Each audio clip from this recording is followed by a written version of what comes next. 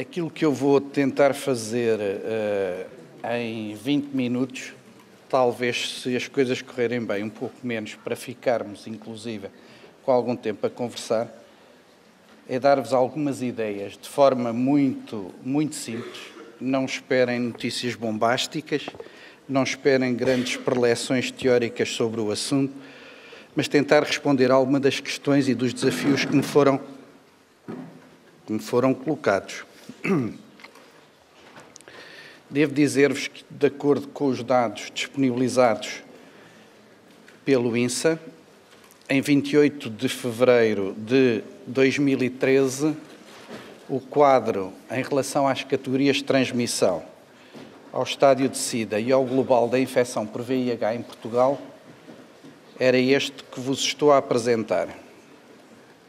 Desde 1983 até ao final de 2012. Sendo que,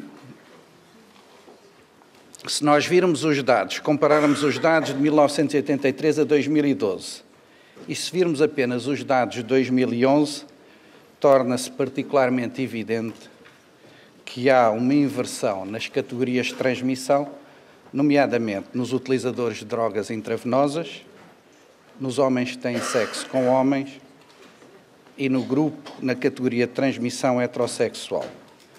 E já agora, porque não é hábito eu falar dos dados de 2012, porque são muito provisórios, mas vocês têm-nos aqui, estão disponíveis, portanto, podem vê-los. Ora bem, os outros números são os números de que falámos hoje, inclusive ao longo da manhã.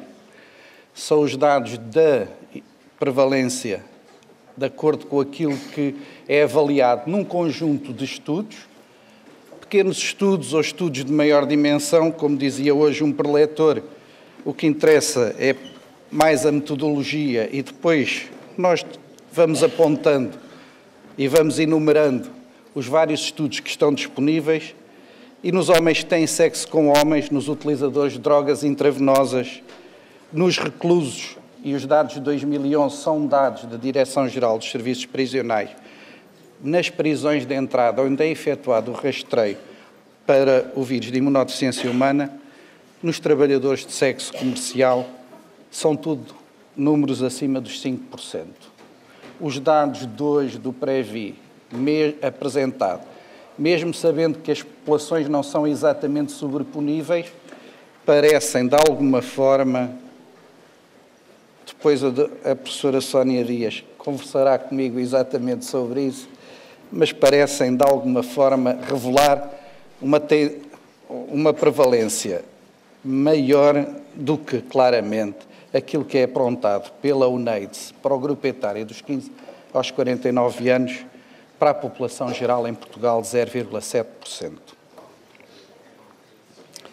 É isto que confere a Portugal a categoria de ter uma epidemia concentrada, e é também em função disto que se viu que foi traçado como objetivo para o período 2012 e 2016 estes que aqui estão. Diminuir o número de novas infecções, diminuir a percentagem de diagnósticos tardios, todos vocês seguramente já ouviram isto. O número de casos de SIDA e de mortes, eliminar a transmissão da infecção pelo VIH da mãe para o filho e aumentar a proporção de pessoas que dizem utilizar o preservativo. E em relação às populações vulneráveis, eu devo dizer-vos que não só na introdução das orientações programáticas publicadas no site do próprio programa. Devo dizer-vos que, provavelmente, durante esta semana ou na próxima semana, vai haver um período em que não acederão ao site, o que, rejubilemos todos, corresponde à passagem para a versão atualizada desse site, em que todos nos estamos a empenhar em dar assim também um refreshment, um refrescamento ao site do próprio programa. Ao definir-se as áreas prioritárias dentre as 3, 5, 7, 8 que estão apontadas, lá está, na linha C, populações vulneráveis, ao definir-se como áreas prioritárias para alcançar as metas anteriormente definidas, ao definir-se as estratégias para desenvolver nessas áreas prioritárias, aí está, na linha C, são 10 as estratégias que são apontadas. Muito bem. Então, aquilo que eu vos gostava de transmitir para aqueles que ainda não ouviram é como é que nós estamos a tentar funcionar. E depois vou-vos dar 2 exemplos. Em primeiro lugar, nós tentamos funcionar com base em conhecimento. E na base de tudo está o conhecimento, quer técnico, quer científico, que nós consigamos apurar e tendo sempre a perspectiva de o melhorar. Em segundo lugar, pretendemos para cada área definir um modelo de atuação, que envolve não só a estrutura, mas envolve também os recursos, quer sejam os recursos humanos, quer sejam os recursos financeiros. Em terceiro lugar, tentamos implementar este modelo. E em quarto lugar, que pode ser faseado, obviamente. E em quarto lugar, tentamos proceder, ou vamos tentar proceder à monitorização desse modelo. É, portanto, um edifício, a estrutura, mas envolve também os recursos, quer sejam os recursos humanos, quer sejam os recursos financeiros. Em terceiro lugar, tentamos implementar este modelo. E em quarto lugar, que pode ser faseado, obviamente. E em quarto lugar, tentamos proceder, ou vamos tentar proceder à monitorização desse modelo.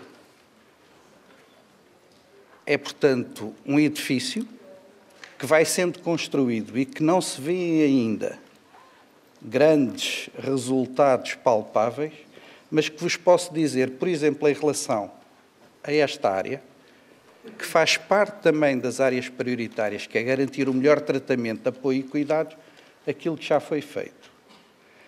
Aquilo que começámos por fazer foram recomendações clínicas e normas de orientação clínica. Faz parte do conhecimento. A segunda parte é estabelecer a estrutura onde isto se vai inserir. E nessa perspectiva, se quiserem alguma notícia minimamente relevante, direi que está pronta a proposta de modelo de rede de referenciação hospitalar para as pessoas que vivem infectadas pelo VIH. Cabe agora enviar à tutela e iniciar-se um período de aprovação ou de consulta a outras entidades. Por nós, Conselho Científico e Programa, está concluído o nosso trabalho. Depois, isto será implementado provavelmente por fases nos vários locais. E a monitorizá-lo temos, então, o tal Programa Civida. O Programa Civida, devo dizer-lhe que é um programa. A tentativa de se informatizar a informação, perdoem-me o pleonasmo, disponível em relação às pessoas que vivem com VIH e que recorrem aos serviços hospitalares, nasceu com o professor Fernando Ventura, teve a continuação com o professor Melício Silvestre e teve a sua primeira e segunda versão com o professor Henrique de Barros. A versão que agora está disponível nos hospitais, e eu já vos explico isto, é uma terceira versão do mesmo programa que, fundamentalmente, aquilo a que corresponde é dar resposta àquilo que foram alguns dos erros que foram apontados ou a algumas das melhorias que foram sugeridas da utilização destas duas versões anteriores. O programa passa, assim, a ser um programa descentralizado, passa a ser de mais fácil acesso e passa a ter como obrigatoriedade um conjunto mais restrito de indicadores, podendo ser utilizado, e na minha perspectiva, e bem, em toda a sua plenitude, tal como existia anteriormente. Este programa, nesta altura, está aplicado em 16 dos 21 hospitais que estão previstos nesta primeira fase. Significa que estes hospitais podem iniciar a introdução ou a passagem da informação portanto, para esta nova versão e, durante este mês, conclui-se-á esta fase, que é com a introdução de mais 5 hospitais. Porquê é que isto é importante? Porque o programa assegura-vos a monitorização epidemiológica, clínica, terapêutica e de contratualização com a tutela. O segundo aspecto é, por exemplo, em relação ao diagnóstico da infecção, e agora entramos na parte que é mais querida aqui ao professor Francisco Antunes. E o processo é exatamente o mesmo. Aquilo que se vai estabelecer vão ser elaboradas recomendações, atualizadas, recomendações clínicas, normas de orientação clínica, a estrutura em que vai assentar o diagnóstico precoce da infecção vão ser os cuidados de saúde primários e o SCAD. Houve alguma dúvida em relação à utilização e o recurso neste modelo do SCAD? Ele vai se manter. Ainda na semana passada, falando com uma colega, disse: não senhora, esse que não está a funcionar por mim, eu acho que ele deve passar a funcionar. Portanto, não são estruturas alternativas, são estruturas complementares, assentes, quanto a mim, do ponto de vista de estruturas formais de saúde, nos cuidados de saúde primários. Porquê? Porque já é tempo da infecção VIH, que esteve focalizada nos hospitais ao longo dos últimos 30 anos, passar progressivamente e dentro de determinado nível para uma abordagem naquilo que são os cuidados de saúde primários disponibilizados a toda a população, incluindo a população infectada por VIH, incluindo a população consumidora de drogas, por exemplo.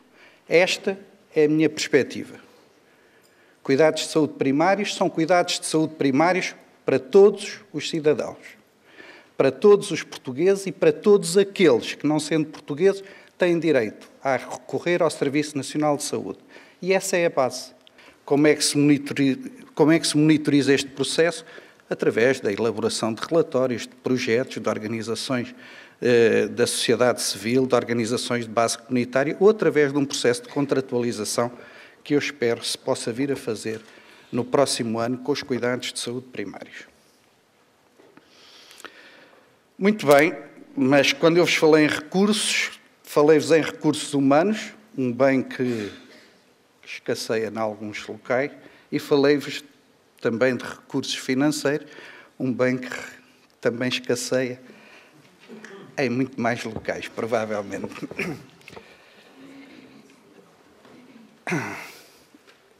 Dou-vos exemplo de algumas verbas que estão disponibilizadas, com particular realce.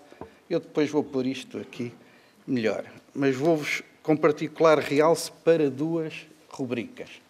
Uma que aqui está, avaliação epidemiológica de grupos populacionais mais vulneráveis. Isto significa que existe valor, existe fundo inscrito no orçamento do Programa Nacional para a Infecção VIH-Sida, para que se possa proceder, isto é para este ano, atenção, para que se possa proceder à continuação do estudo sistemático destas populações mais vulneráveis. Eu não gostaria, por exemplo, que o grupo dos homens que têm sexo com homens englobados aqui no programa Previ ou dos trabalhadores de sexo comercial, terminado o programa Previ, não fossem sujeitos a mais nenhuma avaliação. Não gostaria, por exemplo, que as populações migrantes não tivessem também um estudo, não tivessem também um seguimento e uma avaliação efetuada. Não gostaria, por exemplo, que os reclusos, também dentro das condicionantes que são próprias da sua própria situação, não pudéssemos também, de alguma forma, saber qual é que era a situação deles por outros meios. Para isso, para este ano, o programa tem esta verba, que aqui está. Eu aqui tenho alguma dificuldade que eu sublinhei isto, está ali. A segunda coisa diz respeito à implementação dos testes rápidos de diagnóstico. É muito, é pouco? Eu devo dizer-vos que o orçamento que existe este ano para o programa é um orçamento que é sobreponível ao orçamento que havia o ano passado. Não houve decréscimo. Portanto, aquilo com que nós podemos contar é sensivelmente o mesmo com que contávamos anteriormente. Portanto, para a implementação do teste rápido diagnóstico nas estruturas de saúde, cuidados de saúde primários, e se chegarmos até lá, até ao fim do ano, em estruturas informais, vocês têm aqui verba não só para a aquisição de testes rápidos de diagnóstico, como para a formação de profissionais, para poderem aplicar profissionais, entendendo por profissionais todos aqueles que o vão fazer, no sentido mais lato do termo. Portanto, existe verba disponível para a formação desses profissionais. É pouco? Não é a verba que nós gostaríamos. Como é evidente, nós gostamos sempre de mais. Mas nos condicionalismos existentes atualmente em Portugal, creio que é um bom começo nós podermos avançar com estas medidas desta dimensão. E já agora ficam a saber, por exemplo, que a nossa contribuição anual para a UNAIDS é de 100 mil euros. Muito bem. Então, isto que está aqui melhor explicado, lá em cima são os meses do ano. O que é que nós temos abrangendo as populações vulneráveis e o que é que se vai manter? Como sabem, houve a reformulação do programa Diz Não a uma Seringa em Segunda Mão, no sentido de, uma vez que o nosso parceiro anterior não quis permanecer no programa, nós aproveitamos a oportunidade e é mais uma forma de aproximarmos estas populações dos cuidados de saúde primários, porque isto é um problema, estes são problemas de saúde pública. E se calhar, há bocado ouvi o Luís Mendão a dizer que estavam muitas pessoas da saúde pública aqui, se calhar isto eu gostaria que isto já fosse o reflexo, ingenuidade a minha, certamente, mas gostaria que fosse o reflexo do chamamento da saúde pública, dos profissionais de saúde pública, para esta área, até porque aqui são eles que, na generalidade das ARS, estão à frente a coordenar este programa de troca de seringas. E isto é um passo que é um passo enorme, que é dado pelo Serviço Nacional de Saúde este ano, nestas condições, portanto, alargar o seu âmbito até estas, ou tentar alargar o seu âmbito até estas populações. A distribuição gratuita de preservativos disponível através do programa para estruturas não governamentais e estruturas não de saúde pode ascender este ano a um total disponível de 6 milhões de preservativos. É um valor equivalente ao valor que havia há 3 ou 4 anos atrás e para isto contribuiu, por exemplo, um protocolo de colaboração que estabelecemos com o GAT, através do qual fazemos uma permuta de serviços. Eles tiveram acesso, através da AIDS Health Foundation, a um volume de preservativos que não sabiam onde é que podiam guardar. Nós cedemos as instalações, eles guardam lá e, em contrapartida, dão-nos alguns preservativos mais. E isso preenche com a verba que aqui está, que nos permite comprar com aqueles que foram comprados no final do ano passado, depois daquela cena rocambolesca com as faltas dos preservativos e com mais os que derivam deste acordo com o GAT, podemos atingir os 6 milhões de preservativos. Aconselhamento e detecção precoce do VIH, como veem, temos para o SCAD a verba que aqui está na parte de cima e para a implementação de testes rápidos de diagnóstico, temos aquilo que está na parte de baixo. A avaliação continuada em grupos vulneráveis, 150 mil euros. Atenção, o verde significa que está, o verde escuro é a partir de quando é que é implementado. Perdão, aqui o cinzento, neste caso, é porque eu ainda não tenho nenhuma proposta e, portanto, não sei, nem sei o que é de fazer estes 150 mil euros. Atenção. Vejam lá. Pronto, estou a brincar. Agora é uma parte, porque a tarde já vai adiantada. Pronto. Dificuldade, o ADIS-SIDA, como sabem, não provém das verbas do Programa Nacional para a Infecção VIH-Sida. No entanto, os projetos que se mantêm em funcionamento prefazem um total de 2.252.000 euros este ano.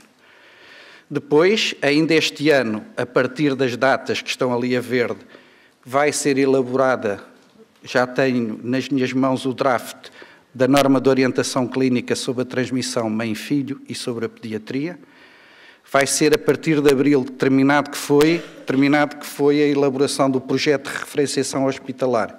Vai ser reformulada as normas para diagnóstico da infecção VIH e isto prende-se diretamente com a utilização dos testes rápidos em contextos formais e informais.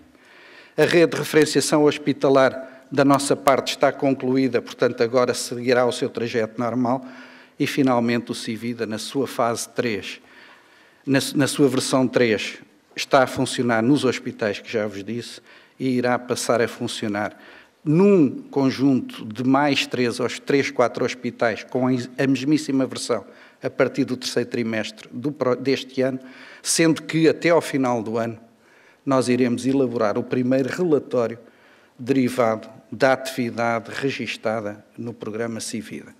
Para vos dizer, a informação que está transmitida aos hospitais e que esta semana provavelmente irá sair em norma da Direção-Geral de Saúde é que a introdução dos dados no programa Civida, eu tenho estado a dizer isso desde que comecei a correr o país, tenho ido a todos os hospitais, explicar aos meus colegas, aos serviços de informática, às direções clínicas, aos conselhos de administração, este funcionamento. Portanto, a colocação dos dados, a atualização dos dados no programa deverá estar concluída até o dia 30 de junho deste ano. Portanto, basicamente, aquilo que nós vamos procurar fazer, quer em populações vulneráveis, quer em populações não vulneráveis, mas com um enfoque particular nas primeiras, é seguir o que aqui está. Se nós tivermos a pessoa no centro, prevenção primária ao cuidado dos cuidados de saúde primários, do SCAD, da comunidade, das organizações não governamentais e todas as outras unidades de saúde.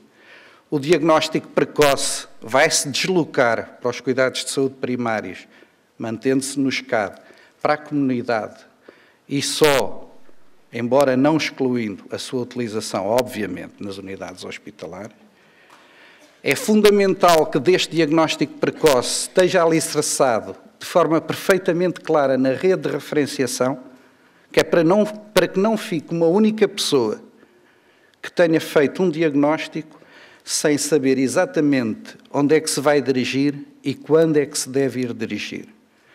Para seguimento e tratamento, temos fundamentalmente as unidades hospitalares, nesta fase. Saber que seguimento, tratamento, também significa prevenção. E, finalmente, na reabilitação e na reinserção, obviamente, estão envolvidas todas as estruturas que ali estão mencionadas. A última palavra é para vos dizer que o primeiro caso diagnosticado foi em 1983. Completamos 30 anos a viver com a infecção VIH em Portugal. Suponho que este é mais um bom motivo para refletir e é, sobretudo, um bom motivo para agir. Por mim, porque o Luís Mendão me solicitou que eu assumisse compromissos, e eu já assumi aqui vários, mas assumo também perante vós mais este compromisso. Muito obrigado.